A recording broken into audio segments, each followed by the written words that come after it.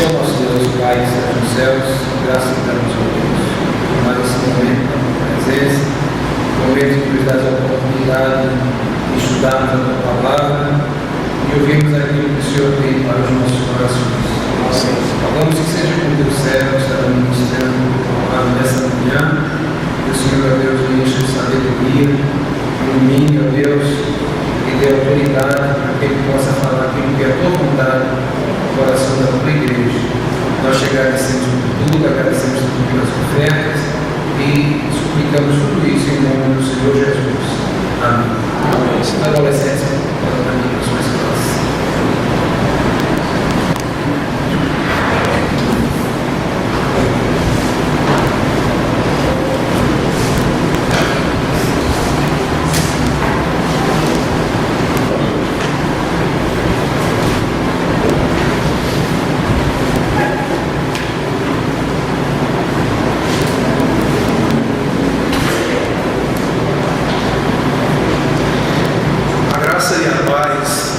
Nosso Senhor e Salvador Jesus Cristo seja com todos os irmãos.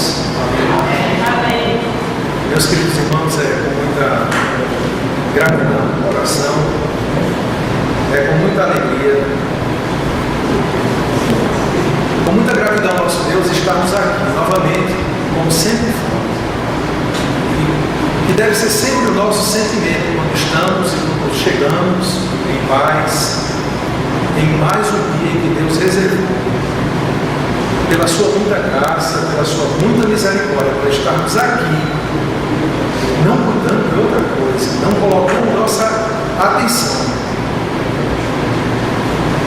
a não ser e somente só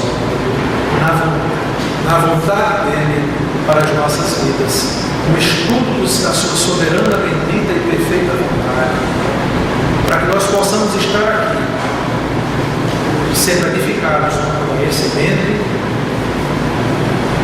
da vontade de Deus, edificados na fé e unidos em um só propósito, para o qual cada um de nós foi criado, para o qual o homem foi criado, que é glorificar o nosso soberano Deus.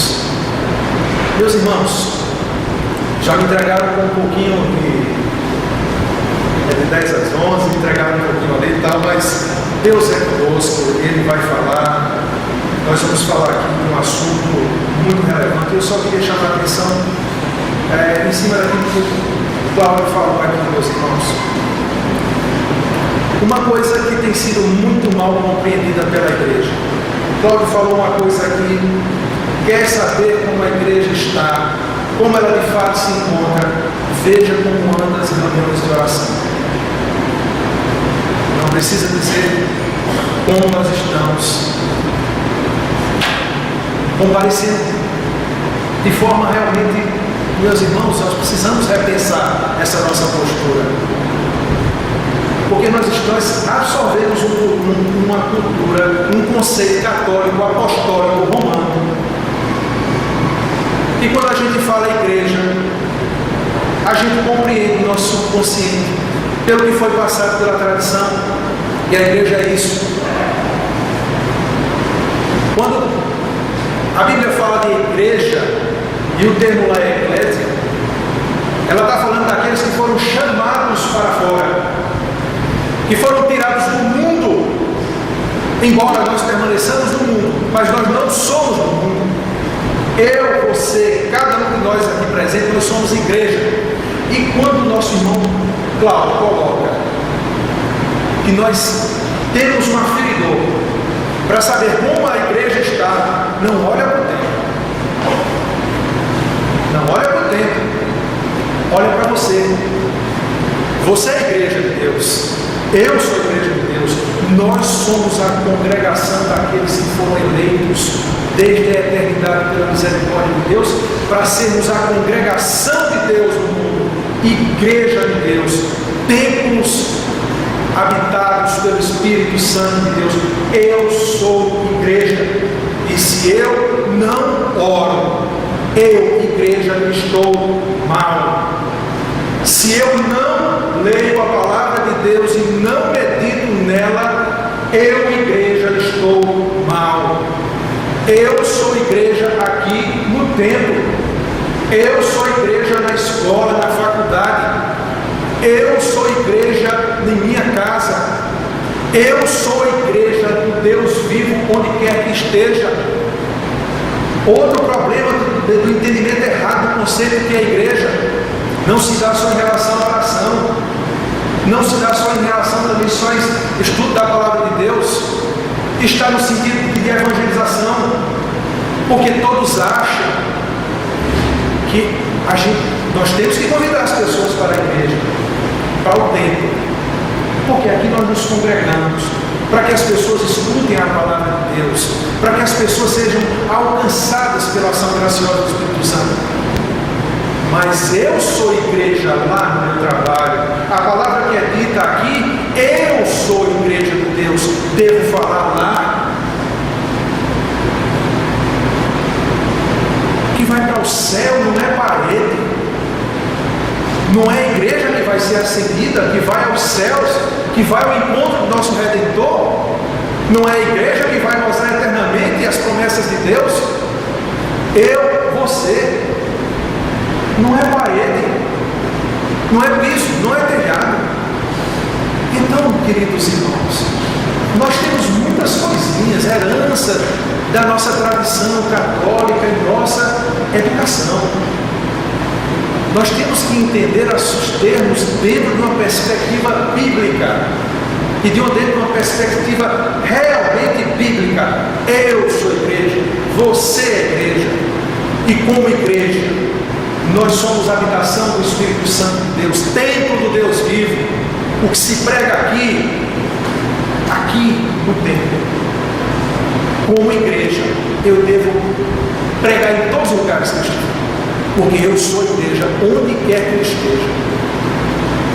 Eu tenho que ser sal, e eu tenho que ser luz, e eu tenho que fazer diferença entre trevas e luz, e eu tenho que fazer a diferença entre o que é o erro, entre o que é o engano e o que é a verdade. Porque como que nós ouvimos lá em Serra Negra, é que nós só conseguimos combater o erro com a verdade, e a igreja está firmada na rocha. Quem é a rocha, meus irmãos? Ele é o quê? A verdade. E a igreja tem que proclamar a verdade do seu Evangelho. Amém, meus irmãos? Amém. Graças a Deus por isso. Meus queridos irmãos, um primeiro esclarecimento. Eu tenho dificuldade. Estamos vivendo outra época, como está vendo. Estamos sendo filmados, estamos usando PowerPoint, aqui, tá, show e tal. A última vez que eu mexi com isso, fiquei tão mal.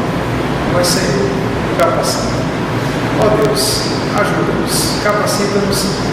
De repente eu posso, pode não sincronizar muito bem aqui, meus irmãos, mas nós vamos caminhar, nós vamos aprender, porque isso é presente de Deus, isso é graça de Deus na nossa igreja. Nós vamos aprender, um instrumento pedagógico muito importante, e a ideia é que a gente fixe melhor, que a gente organize melhor o nosso pensamento, o raciocínio. O nosso texto base, meus irmãos, em cima do título da nossa mensagem,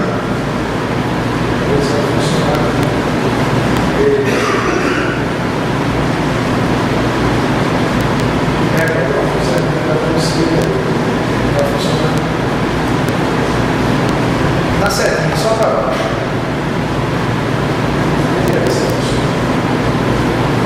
É só certinho para baixo. Pronto, escola bíblica dominical, pode ir.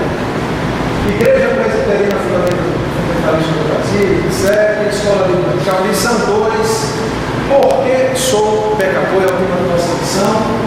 E o nosso texto base, Romanos 3, de 9 a 20. Eu peço ao irmão que leia em alto e bom tom, para que nós possamos ouvir versículos de 9 a 20.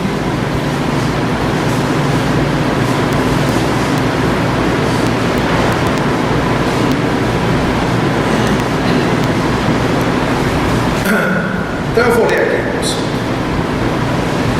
Romanos 3, versículos de 9 a 20, que se conclui: temos nós qualquer vantagem? Não, de forma nenhuma, pois já temos demonstrado que todos, tanto judeus como gregos, estão debaixo do pecado. Como está escrito, escutemos: não há justo, nenhum sequer, não há quem entenda, não há quem busque a Deus. Todos se extraviaram, a uns se fizeram inúteis, não há quem faça o bem, não há nenhum sequer. A garganta deles é sepulcro aberto, com a língua urdem engano, veneno de víbora está nos seus lábios. A boca eles têm cheia de maldição e de amargura. São os seus pés velozes para derramar sangue. Nos seus caminhos há destruição e miséria. Desconheceram o caminho da paz. Não há temor de Deus diante de seus olhos.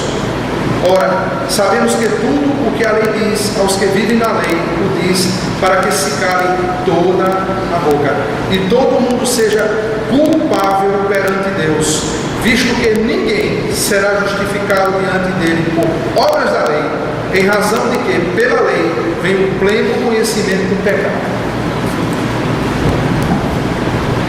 Pode passar. Uma figurazinha, já que eu vou colocar,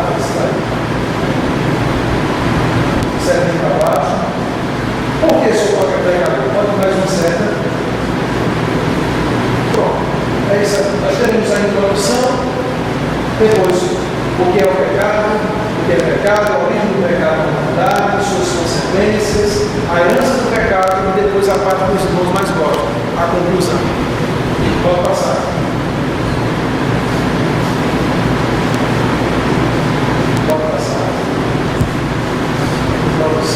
Pode agarrar essa palavra.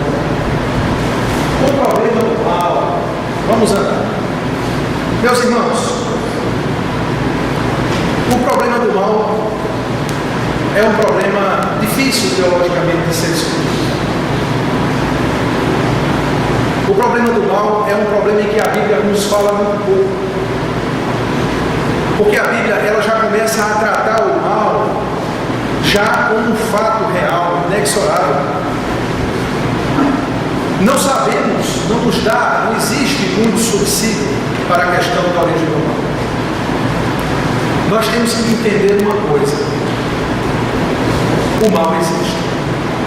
Entretanto, a maioria das filosofias, das religiões, elas passam o homem como sendo essencialmente bom, ele é essencialmente puro, e que ele tem a capacidade de trabalhar em sendo puro, em sendo essencialmente bom, para o seu aprimoramento. É isso que boa parte, a maioria, tanto das religiões como das filosofias que nelas estão embutidas, na filosofia propriamente dita, a coisa é colocada. Pegando como exemplo o filósofo francês Jean-Jacques Rousseau, ele diz que o homem é bom e a sociedade é corrompe. O homem é bom e a sociedade é corrompe. Mas o que é a sociedade? Somos nós. A sociedade é composta de quê? De pessoas. Então, lógico que isso requer uma discussão mais aprofundada, mas isso aí por si só não sustenta. O homem é bom, ele nasce bom, e a sociedade é que não desencaminha. O islamismo também tem esse mesmo pensamento. O homem nasce puro, caminha nessa mesma direção, ele nasce puro, e depois ele se degenera pela ação maléfica, pela influência maléfica do mundo. Mas quem é o mundo? Somos nós. O que a Bíblia fala? O que a Bíblia fala sobre isso? Vamos abrir, meus irmãos, a nossa Bíblia em João 8, 4. O que é que diz aí? Vamos lá, eu vou começar a estar junto com vocês, viu? João 8, 44. Vós sois que criaste e é vosso Pai, que ireis satisfazer os desejos. Ele o Senhor homicida desde o princípio e jamais se firmou na verdade, porque nele não há verdade. Quando ele profere mentira, fala o que lhe é próprio, porque é mentiroso e vai da mentira. Ou seja, ele fala num princípio aí, mais um pouquinho. Outro texto, Judas 6, mas a gente não vai ler o capítulo 2, pode dar mais foto, vamos armar essa parte. O que a Bíblia nos fala? Salmo 51:5, o que é que diz aí? É muito famoso esse salmo. Salmo 51, versículo 5. Deixeis que ele criai e formar, em pecado concebeu minha mãe. Já nascemos em? Pecado. Já nascemos? Em pecado. A Bíblia afirma que o mal existe. Então, observando o que está escrito lá em João, pode armar mais, pode dar mais aí. Mais outro. Ok. Em João 8,44, em que Jesus fala de Satanás, que ele é maligno, que ele é pecador desde o início, desde o princípio, o termo grego encontrado lá, acheis, ele dá a ideia de um princípio anterior a toda a criação. Anterior, inclusive, à criação do próprio universo. O mal existe. Judas 6, ele nos dá a informação de que anjos que não guardaram o seu estado original. O mal existe, mesmo na criação angelical. Portanto, teve sua origem nos seres angelicais. Em que momento, irmãos? Quem criou o mal? Irmãos, a Bíblia não nos fala. Mas deixa eu explicar uma coisa para os irmãos. O fato de nós não sabermos a origem não quer dizer que uma coisa não existe. Eu estou sendo um pouco enfático nisso aí, irmãos, mas o fato de não sabermos exatamente a origem não quer dizer que uma coisa não existe. Os irmãos têm dúvida que o mal existe? Claro. Vamos compreender uma coisa. O que é eternidade? Para sempre. Para sempre a partir de que ponto? Daqui para sempre? Eternidade, irmãos, é desde lá, de trás. E é nos dois sentidos a eternidade. E sabe onde é que nós estamos da história? Nós estamos num pontinho da história em que Deus cria o universo, cria a humanidade, e é neste ponto que nós estamos. E nós só vamos compreender, inclusive, a origem do mal e todas as outras perguntas difíceis que são feitas quando estivermos na glória. Porque o nosso Deus, conforme Deuteronômio 29, ele deixa bem claro que as coisas que ele não revelou pertencem A ele mesmo. a ele mesmo. Mas a que ele revelou, através de sua palavra, essas são nossas responsabilidade, nossa, dos nossos filhos, e elas são imprescindíveis para a nossa vida. Portanto, a Bíblia não questiona a questão da origem, mas já trata do mal, porque ele é uma realidade, como eu disse, é a eternidade. Nós estamos neste ponto, e Deus está nos tratando aqui nesse ponto da história. Pode passar. Uma definição, pode arrumar esse, pode dar certo até.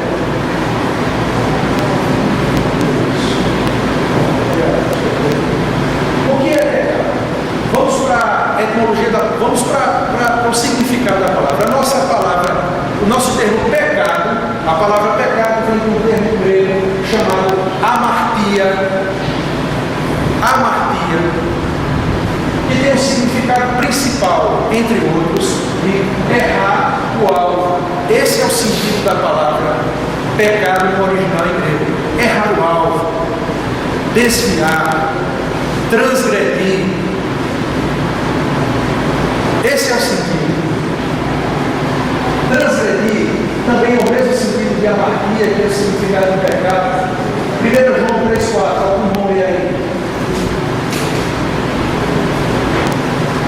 1 João 3,4. Qualquer que comete pecado, também comete iniquidade, porque o pecado é iniquidade. O pecado é iniquidade. Iniquidade é pecado. Iniquidade é transgressão. Transgressão é pecado. Também tem um sentido de injustiça. Outra palavra grega lá, adikia. Isso para a gente não interessa muito, só para esclarecer mesmo. Injustiça. Pecado é injustiça. Pecado é transgressão. Pecado é iniquidade. E nós encontramos em outros termos, e eu estou colocando ali Romanos 23:3, Romanos 4:15, Efésios 1:17, e nós vamos encontrar. Vamos ler isso aí, Romanos 23:3, o que é que está dizendo? Romanos 23:13. 23:13.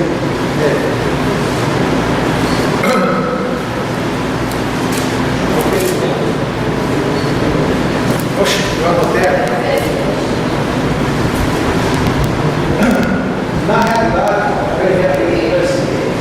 Na realidade, meus irmãos, vamos em Romanos 4:25.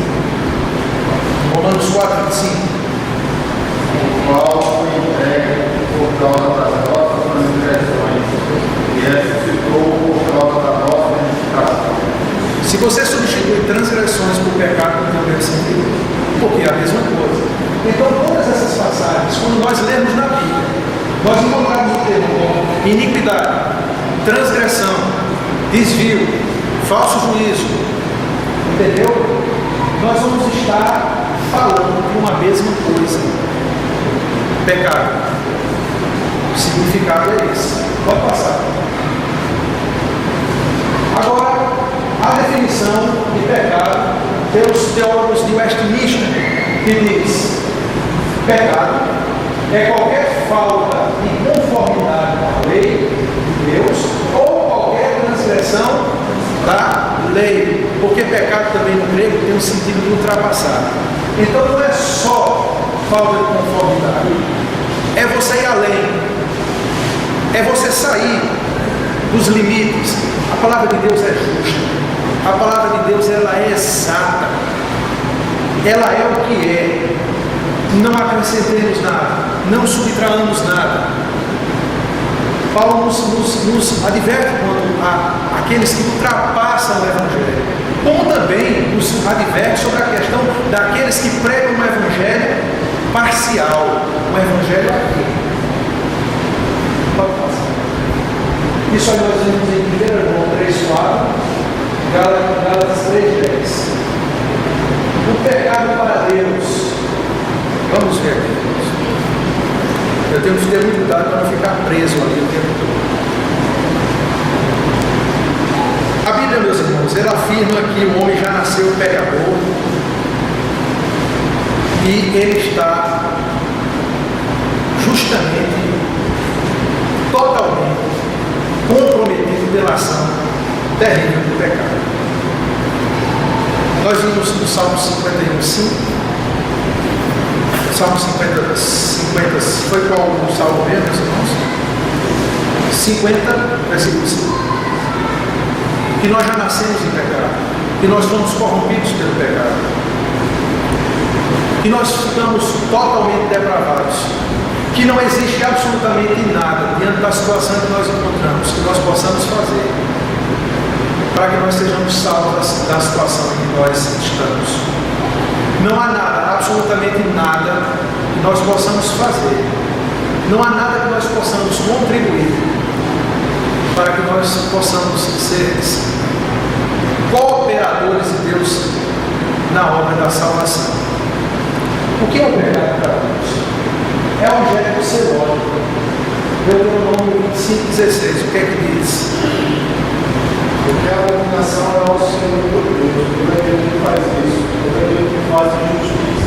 É a abominação para Deus, é objeto de seu ódio. Romanos 5:23.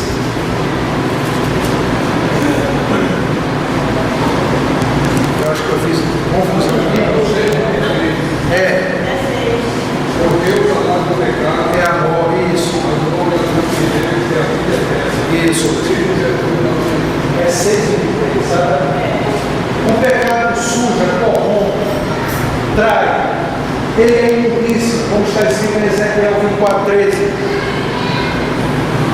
Na imundícia está a infâmia, porquanto dele não permaneceste puro. Nunca mais serás purificado da tua imundícia, enquanto eu não quiser descansar sobre ti na minha indignação. Mateus 23:27, palavras do Senhor Jesus. Aí tem vós, escribas e fariseus hipócritas, professores semelhantes aos sepulcros caiados, que fora da parecem formosos, mas interiormente estão cheios de ossos de mortos e de imundícia. Jesus compara os pecadores ao interior dos sepulcros, aquilo que está no interior dos sepulcros, que está em estado de decomposição, que está podre, está emprestado, é imundícia, é imundícia. E nos fala também, 2 Pedro 2:22, Desde modo sobreveio como um verdadeiro complexo, como ao seu próprio nome, a porta lavada ao espojador de lama. Então, meus irmãos, nós tivemos aqui o pecado é toda transgressão. O pecado é tudo aquilo que contraria a vontade de Deus. O pecado, na realidade, em síntese, é a nossa vontade colocada, sobreposta, colocada, se opondo à vontade de Deus. O pecado, ele pode ser sublimado, ele pode ser praticado de forma exterior, visível, ele pode ser praticado à luz do dia ou nos recônditos do nosso coração, no mais íntimo da nossa pessoa, aqueles nossos pecados íntimos e inconfessáveis. Mas em síntese, meus irmãos, o pecado é algo abominável. O pecado é algo que mata. O pecado é errar o alvo. Quando a Bíblia diz que o pecado é errar o alvo, é porque nos foi mostrado o alvo. Quando Deus se revelou, e se revelou através da sua palavra, Ele mostrou qual era a direção, qual o seu bom conselho. Se nós lermos Deuteronômio 28, a gente vai ver, por exemplo, Deus falando com o seu povo e mostrando: se tu fizeres tais e tais e tais e tais e tais coisas, eu vos abençoarei assim, assim, assim, assim, assim. Também ele fala logo em seguida: porém, se não fizeres, ele mostra quais são as consequências. O homem é pecador por natureza por si só. A partir do momento em que o Adão pecou, a sua natureza caiu, ele morre. E nesse estado, como já foi colocado aqui pelo pastor Edson Humano, o morto não tem vontade própria. O morto não pode pedir socorro. O morto não pode pedir ajuda, não pode ir ao telefone pedir ajuda, a menos que Deus, sobrenaturalmente, na sua misericórdia, o faça ressuscitar, voltar à vida.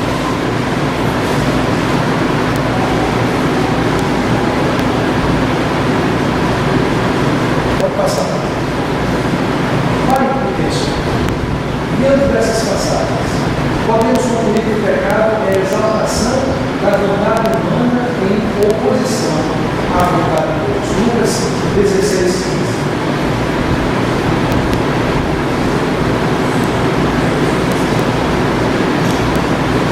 Lucas 16:15. Disse: vós sois justificados a nós mesmos diante dos homens, mas Deus conhece o nosso coração. Porque o que entre os homens é elevado perante Deus é a abominação. Nós pecamos de forma integral. Nós pecamos palavras, pensamentos e atitudes. Veja o que o texto fala.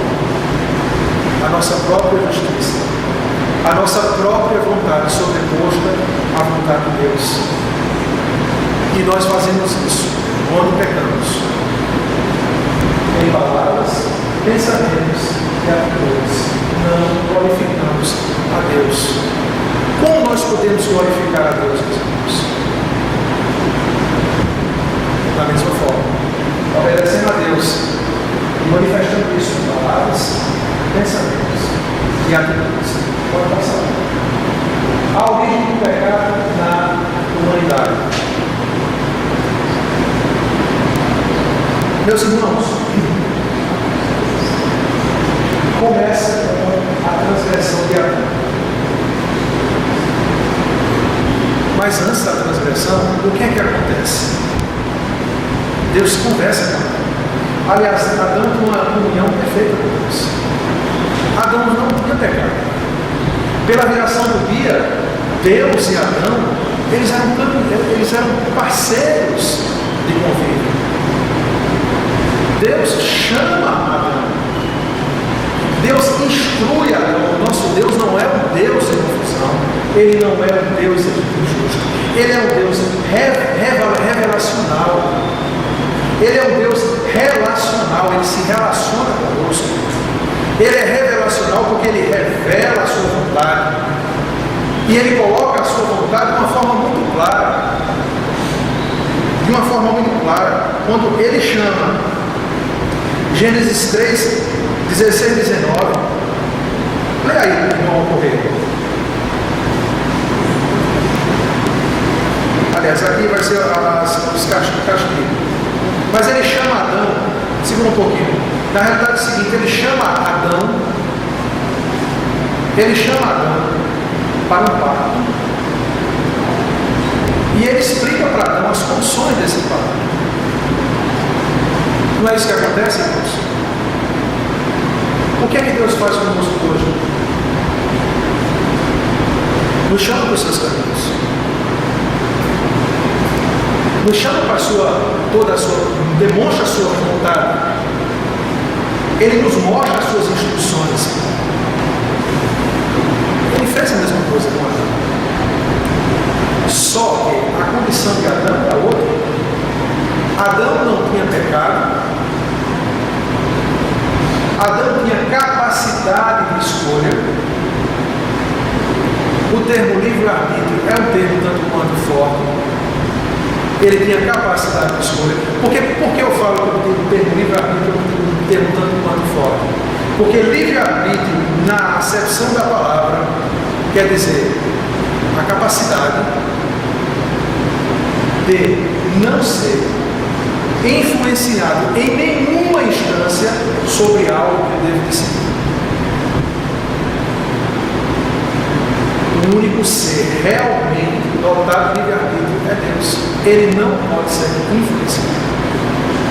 Mas Adão, ele tinha, em certa medida, livre-arbítrio. Ele tinha livre-arbítrio. E Deus o chama e propõe para ele um pacto.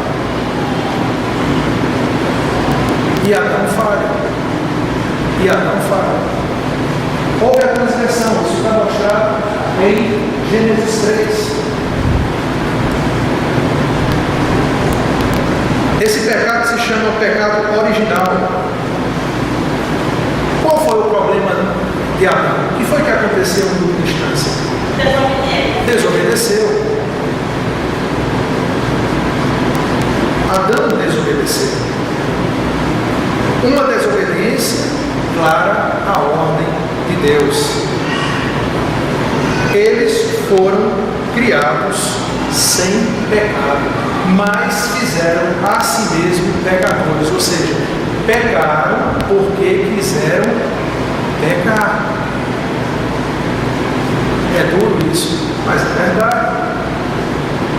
Adão e Eva pecaram porque quiseram. O ato foi voluntário. Pecou porque quis pecar. Perderam a oportunidade de mostrar o quê? Fidelidade. Qual é o melhor princípio para a obediência? o amor, a verdade, o amor a Deus. Por que Jesus batia tão forte nos fariseus? Os fariseus cumpriam tudo que a lei, o ritual, a religiosidade exigia de cada um deles. Eles jejuavam, eles davam dízimo, eles não perdiam as orações, as proclamações das palavras na sinagoga. Eles faziam tudo. Só que o que Jesus fala, que por dentro eles eram caiadinhos por fora. Perante os homens, eles eram como sepulcros brancos, branquinhos, mas por dentro estava cheio de toda imundícia.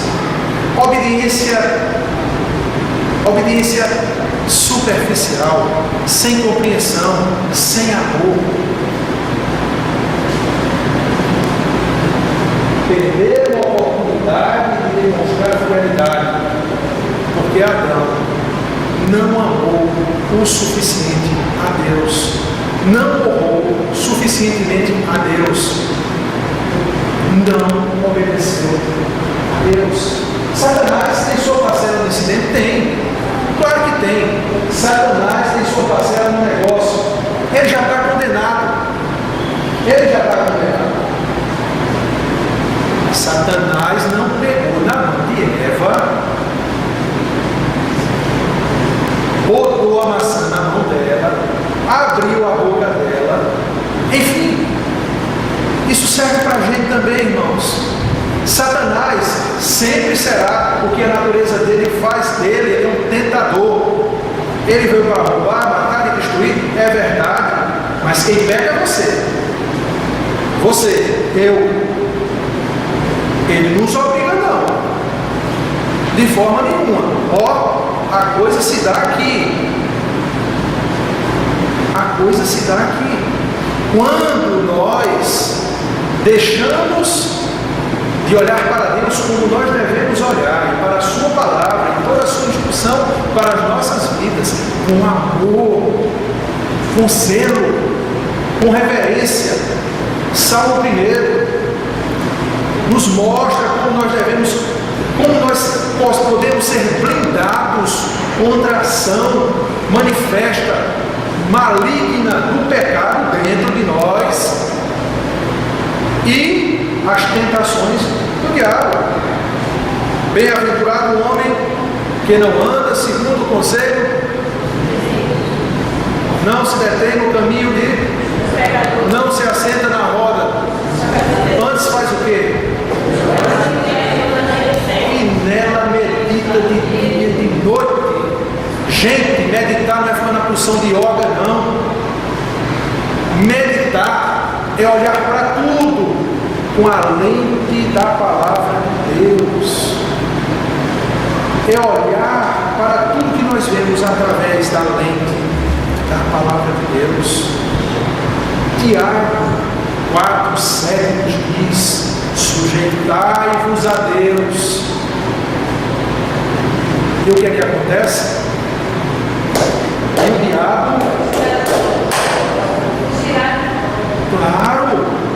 Gente, a Bíblia é tão clara, meus irmãos. A Bíblia é tão clara, nós é que complicamos porque nós queremos colocar a nossa vontade sobre a vontade de Deus.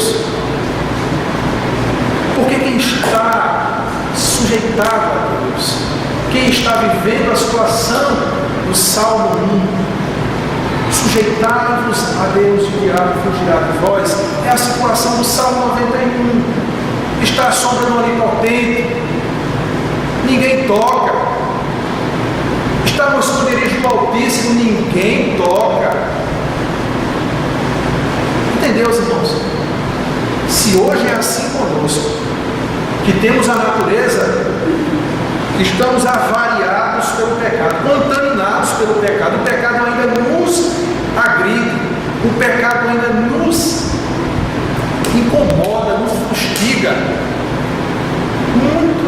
E nós conseguimos fazer a vontade de Deus, porque Deus é tudo em nós, e temos o Espírito Santo que nos constrange do pecado, da justiça, do juízo. Ele nos acusa quando nós fazemos alguma coisa errada. Muito mais Adão, que era perfeito, não tinha pecado. Entendeu? Porque voluntário, entenderam por que eles pecaram, por que fizeram, desonraram a Deus.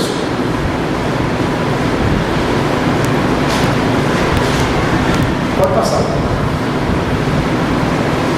Pode passar para o mas eu vou fazer aqui um pequeno apêndice sobre a tentação. Não é o objeto do nosso estudo, mas é para ficar bem claro, para mostrar aos irmãos que não tem outra situação.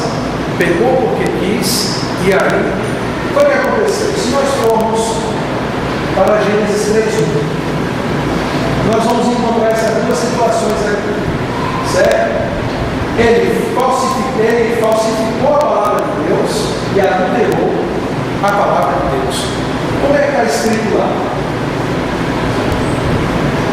Lê aí, Gênesis 3:1.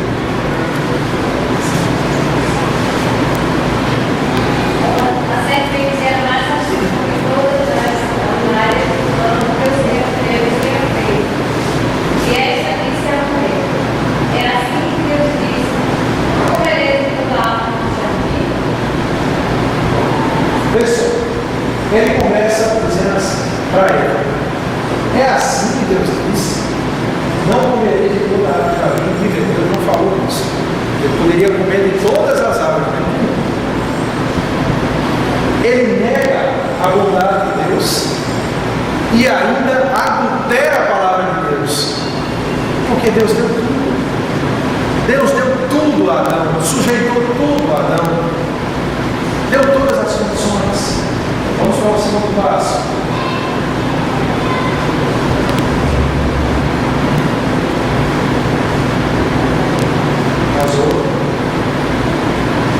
Terceira situação, contradizendo a Deus.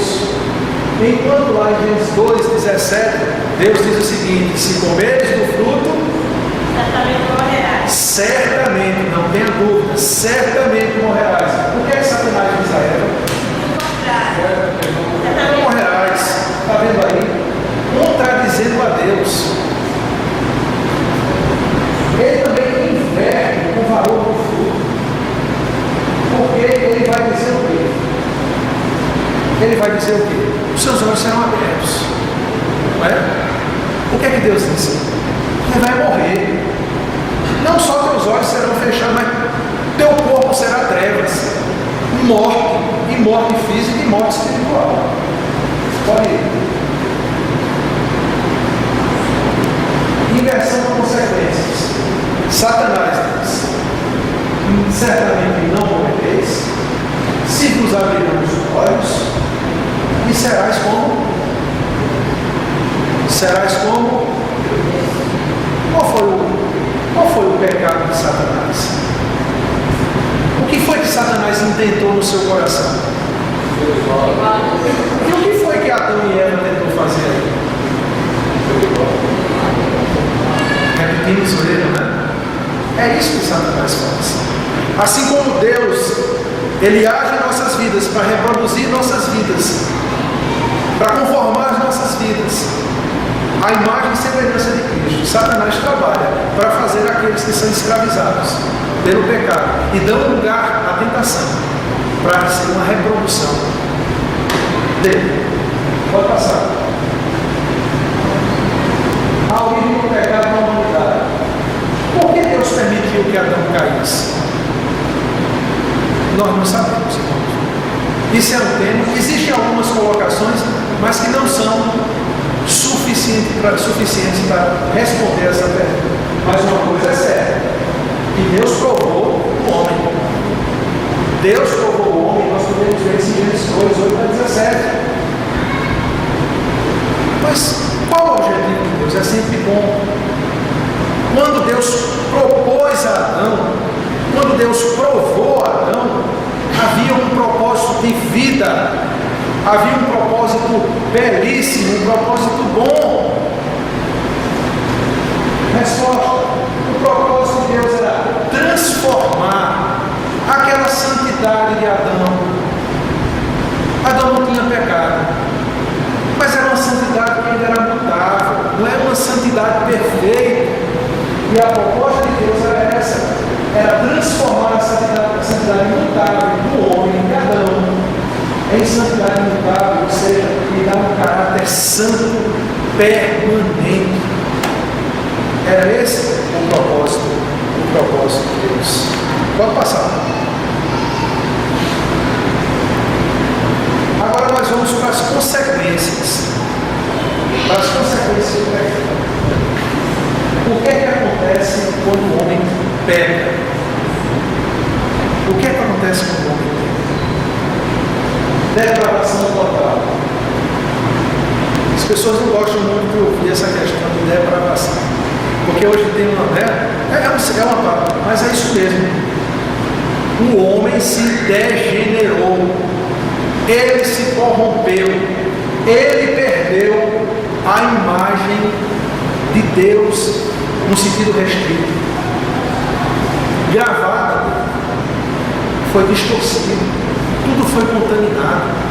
O veneno maligno do pecado deixou o homem disforme. Vamos ver, irmãos, Gênesis 6:5.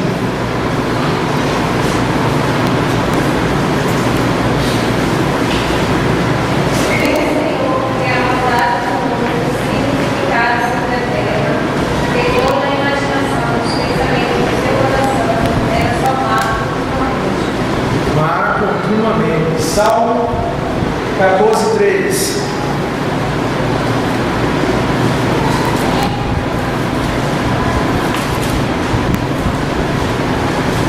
Todos se extraviaram e juntamente se corromperam, não há quem faça o bem, não há nenhum sequer. Nós já ouvimos isso em Romanos, né? Se estabelece um abismo entre a santidade ofendida e a sua criatura pecaminosa. O homem é escravo e incapaz agora de estabelecer um relacionamento direto com Deus. Ele está na mais densa treva. Eu estou só descrevendo a situação. Morte e expulsão. O que é morte, irmãos? Foi explicado pelo pastor Edson Bano. Separação de Deus. É justamente separação de Deus. Essa é a verdadeira morte. Mas o homem experimenta a morte física e experimenta também a morte eterna. Quando pegou. Vamos ver aí, irmãos. Gênesis 3:19 e Efésios 2:12. Sobre o rosto comerás, e o pão até que podes fazer, porque ela foi estourada, não descobre e o pão não mais. É triste. Primeiramente, ele perde a imagem de Deus gravada em si, no sentido restrito, ele se depravou em todos os âmbitos de sua vida. Depois ele morre, experimenta a morte física. Depois ele experimenta a morte, no mesmo momento a morte espiritual, uma morte eterna. O terceiro resultado, meus amigos, que nós podemos falar também, é o sentido de, nesse ato repulsivo, a sua consciência foi afetada. Mas, por misericórdia de Deus, ela faz o homem sentir vergonha. Antes existia comunhão. Antes existia parceria. Antes existia congraçamento. Agora o homem só consegue fugir. Agora o homem só consegue sentir vergonha. Agora o homem só consegue sentir. Que situação, meus irmãos? Passa agora nós vamos para a herança. Aquela foi a situação. Entenda só, irmãos. Nós vimos o que era pecado, o que é pecado, o que foi o pecado para Deus, o que foi que aconteceu quando ele pecou. Agora nós vamos saber o que é herança. Quando Adão foi criado, meus irmãos, ele foi criado para ser o representante da humanidade, mas não só da humanidade, de toda a criação.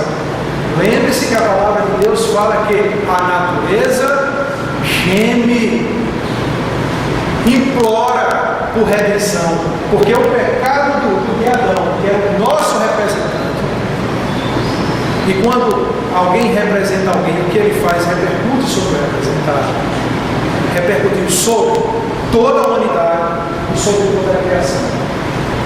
Nessa situação, nos foram imputados, nós herdamos em Adão a sua natureza depravada, toda a sua culpa e a justa condenação pela sua infração. Pode passar. Meus irmãos, nós temos que meditar sobre isso no seguinte: nossa condição espiritual não decorre dos nossos atos ou das nossas obras, mas da nossa natureza. A nossa natureza caiu, a nossa natureza degenerou. Então as nossas obras, nossas melhores obras, nossos melhores atos, nossa melhor justiça perante Deus não passa de trapos de imundície. É um quadro terrível, é um quadro terrível. Irmãos, leia Salmo 58:3. O que é que diz aí? Alienam-se os ímpios desde amar, andam errados desde que nasceram. Já nasce não só pecador, como inclinado, desesperadamente corrupto, direcionado para o pecado. Efésios 2:3. Entre os quais todos nós enfrentamos cuidado nos desejos da nossa carne, fazendo a vontade da carne dos pensamentos, e é a natureza, filhos da ira.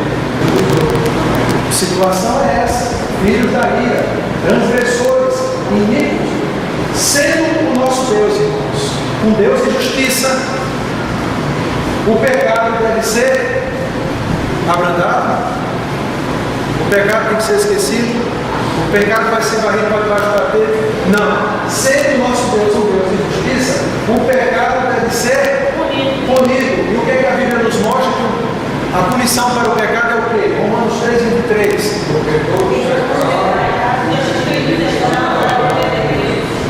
Significa morte.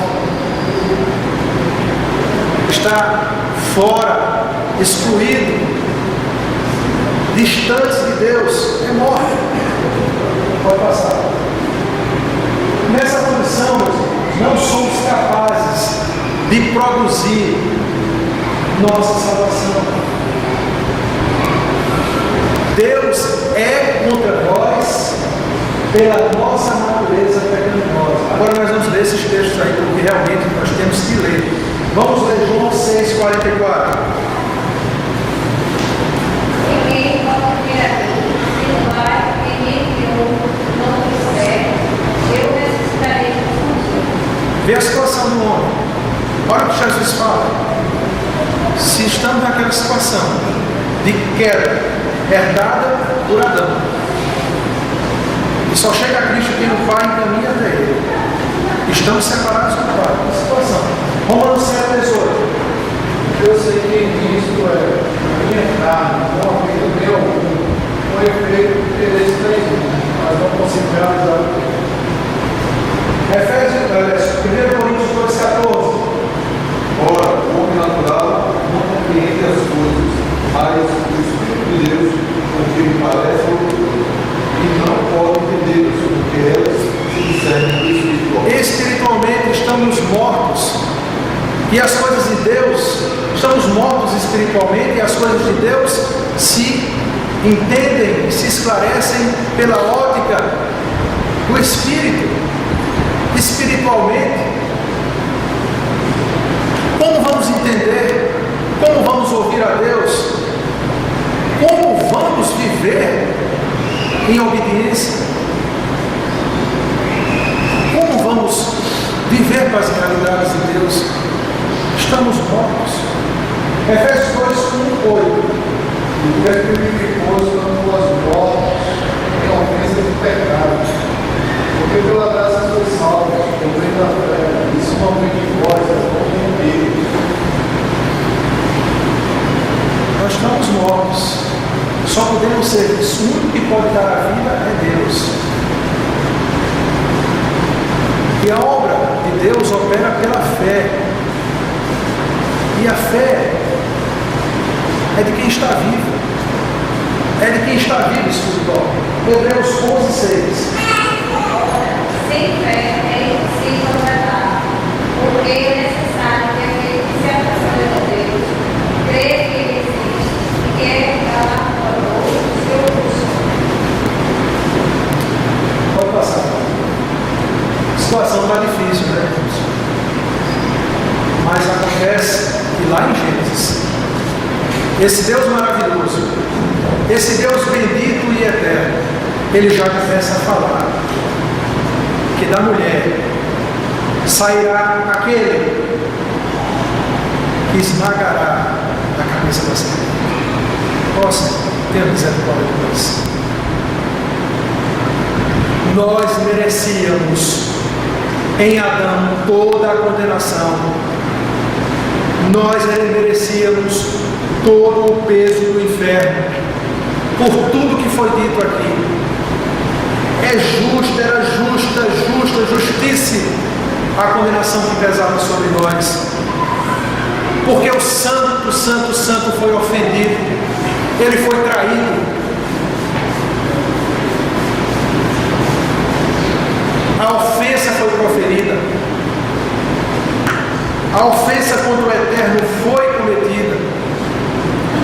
E o resultado disso é morte, é condenação eterna. Mas o próprio Deus, na sua muita misericórdia, porque não há outro meio, não havia outro meio, meus irmãos, de uma engenharia que o próprio Deus criou para nos atingir com a sua misericórdia. É preciso, meus irmãos, nascer de novo. E só quem pode nos trazer a vida, e assim aconteceu, é Deus. O irmão leia, por favor, João 3, 5 a 7. Nós temos que experimentar palavras de Jesus, o novo nascimento, um outro nascimento. Nós temos que renascer. Jesus respondeu, na verdade eu digo, que aquele que não nascer da água do Espírito não pode entrar no reino de Deus. O que é nascido da carne é carne, o que é nascido do Espírito é Espírito. Quanto maravilha o fruto dele, necessário nascer de novo. O primeiro Adão falhou. O Verbo encarnado entre nós, Jesus Cristo, o Deus homem, ele repara o erro, a ofensa cometida por Adão. Paga, meus irmãos, pagou o pecado, a culpa, cumpriu a sentença que era para mim e para você. Isso os irmãos já escutaram. O teu erro, os teus pecados, a nossa ofensa contra Deus, o débito de morte que pesava sobre nós, Cristo pegou para si e encravou na cruz. A ofensa estava perdoada. Mas não só foi isso que Jesus fez. Isso é maravilhoso, meus irmãos. Ele pagou o débito que estava lá, mas ele pegou o seu crédito, toda a sua justiça, pegou o meu débito e entregou a cada um de nós o seu crédito, a sua justiça, de maneira tal que se pecamos hoje, não pecamos mais como outrora. O pecado não tem mais o efeito de nos condenar. Porque em Cristo, para aqueles que estão em Cristo, nenhuma condenação. Aí eu tive vontade de gritar uma vez com o irmão no sinal de trânsito. Eu vinha cansado do seminário. E eu vi aquele irmão, calor da moléstia, eu não me perdoe da expressão. Eu vinha cansado. E ele estava lá, todo empalitosado, com a Bíblia na mão, Silvana vinha do meu lado. E a vontade que eu tive quando eu passei por ele foi dizer assim: nenhuma condenação há, meu irmão. Nenhuma condenação há para aqueles que estão em Cristo Jesus. Essa é a obra de misericórdia de Deus em nossas vidas, apesar de toda a ofensa, de todo o pecado, de toda a traição. Ele providenciou os meios para o fim amoroso que destinou para cada um dos seus eleitos, Cristo Jesus. E aí já vou concluir, meus irmãos.